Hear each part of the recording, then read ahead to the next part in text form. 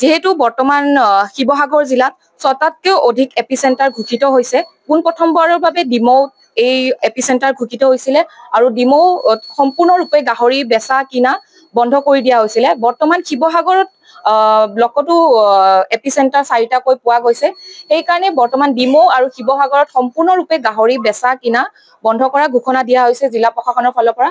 কিন্তু এই ঘোষণাক বা এই নিৰ্দেশনাক অৱজ্ঞা কৰি বহু সংখ্যক গাহৰি পালকে এতিয়াও গোপনভাৱে গাহৰি বেচা কিনা বা বিক্ৰী কৰি আছে।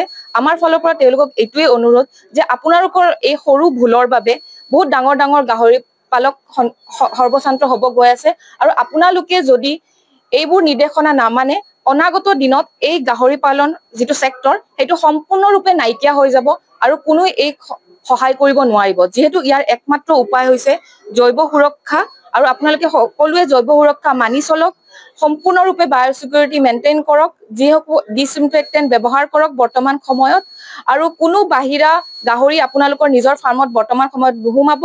আৰু যদি কোনোবাই বিকিব আহে বা কোনোবাই বেচা কিনা কৰি আছে প্ৰশাসনক তাৎক্ষণিকভাৱে এই যোনে বিকি আছে তাৰ বিষয়ে আমাক অৱগত কৰক।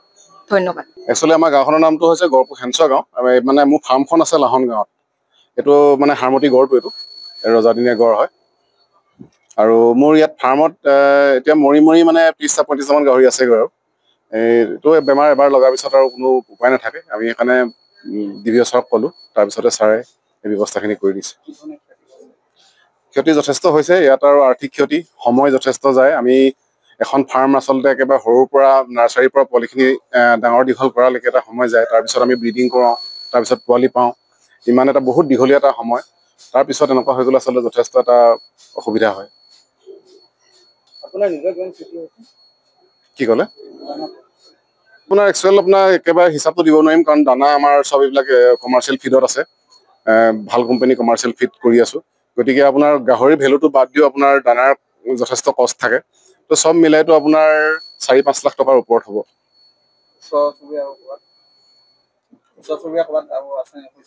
ওচৰ চুবুৰীয়া আমি আমাৰ ইয়াৰ ওচৰতে এজনৰ তেখেতৰ কালিং কৰি গৈছে জিলা পশুপালন বিভাগৰ পৰা।